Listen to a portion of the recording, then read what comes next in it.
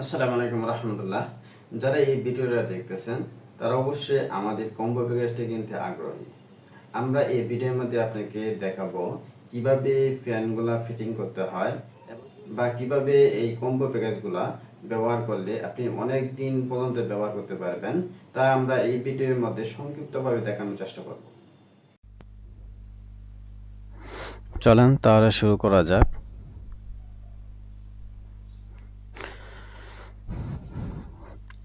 প্রথমে আনবক্স করে পার্টসগুলো বের করব।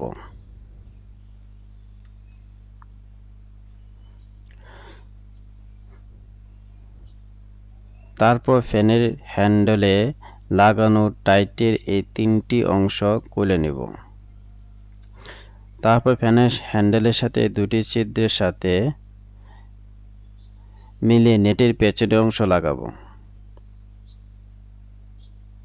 গোলাকার এই দুইটি দ্বারা পেছনের নেটটিকে আটকে দেব।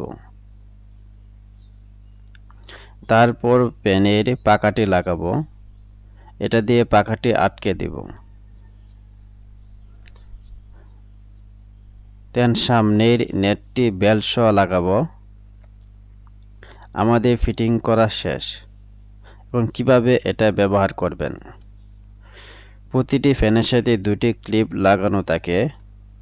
ফ্যানের লাল ক্লিপের সাথে ব্যাটারির লাল ক্লিপ লাগাবেন এবং কালো ক্লিপের সাথে ব্যাটারির কালো ক্লিপ লাগাবেন।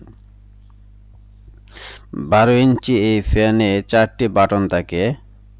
এই একটি পাওয়ার ও 3টি লো, মিডিয়াম, হাই স্পিডের বাটন থাকে। এই বাটনের মাধ্যমে গতি কম বেশি করতে পারবেন। রেগুলেটরের মাধ্যমে ফ্যানটি মুভমেন্টও করতে পারবেন।